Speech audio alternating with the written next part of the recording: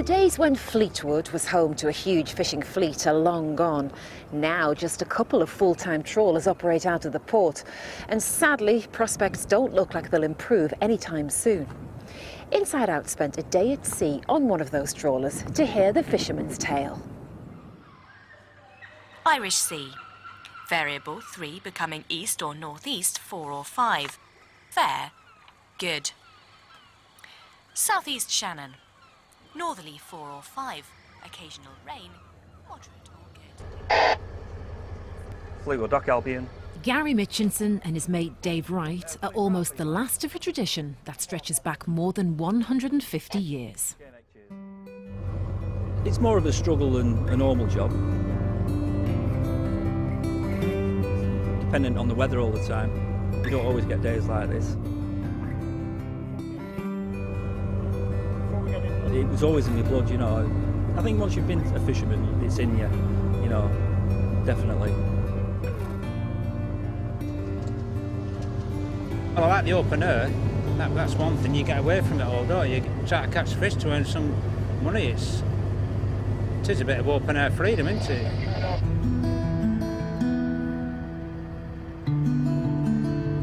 It's a 12-hour day. It's tide to tide. It can be a 14-hour day, depending on how much fish you've got and how long it takes to land. It's a long old day. It's tiring.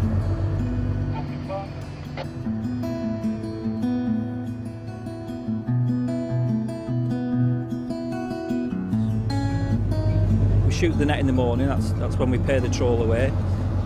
Start towing. We'll tow away for 2 hours, sometimes even less, depending on how much fish is on the ground. You get to know how much fish is around. That's your lot. You generally get 3 hauls a day, maybe 4. You just get used to it. When you've done it for so long, you know, you just get used to it. You have a cup of tea and wait for the first fish to come aboard. Skid's 40 off, Dave. 40 off, yeah.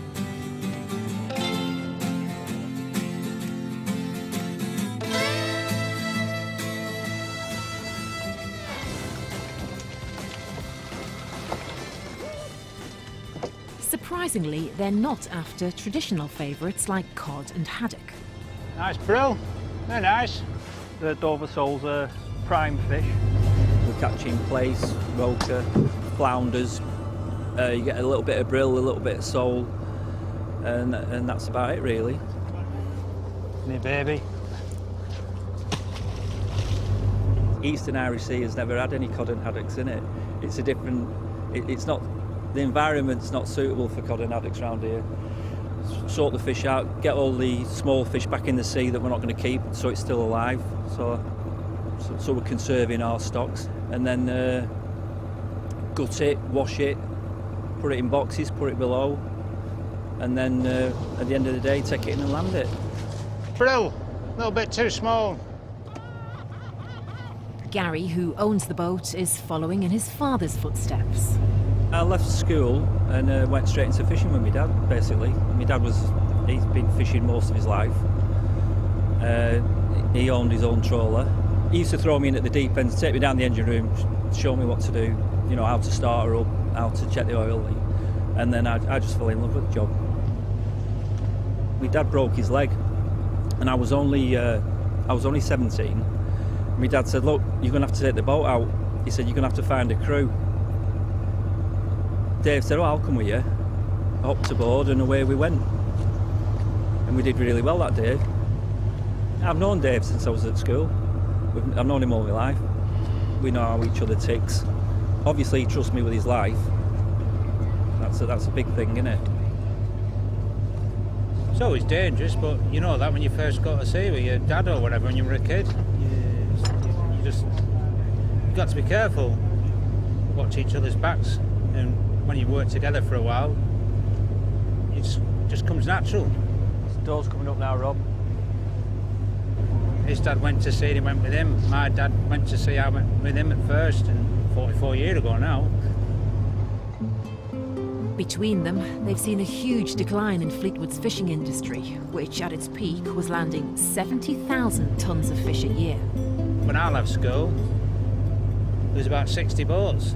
up to the 60-foot class, which were classed as inshore. You had inshore, then you had a bit bigger, which were own water, then you had your Iceland trawlers.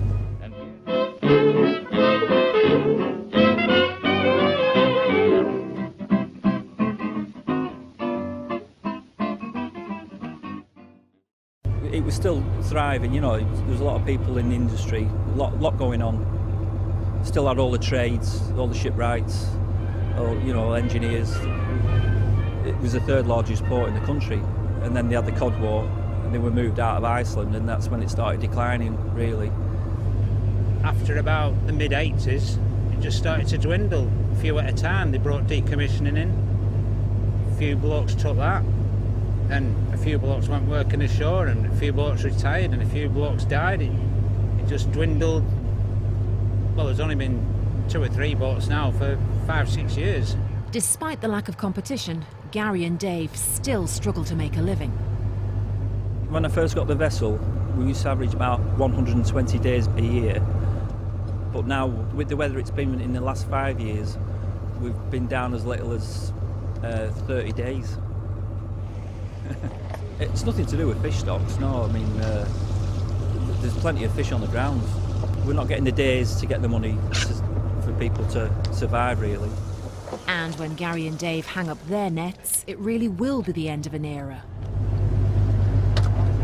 It's coming to an end in Fleetwood, the catching side of it. It's just a matter of when.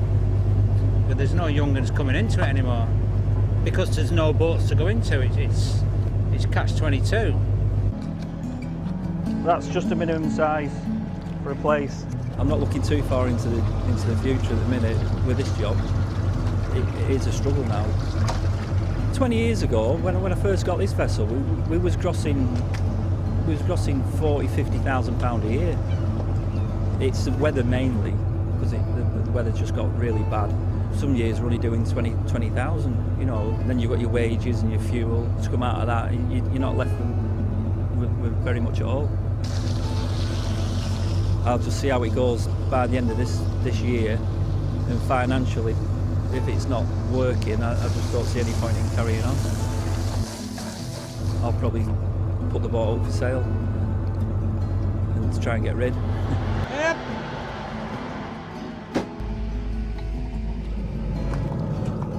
It takes years of experience to do this job.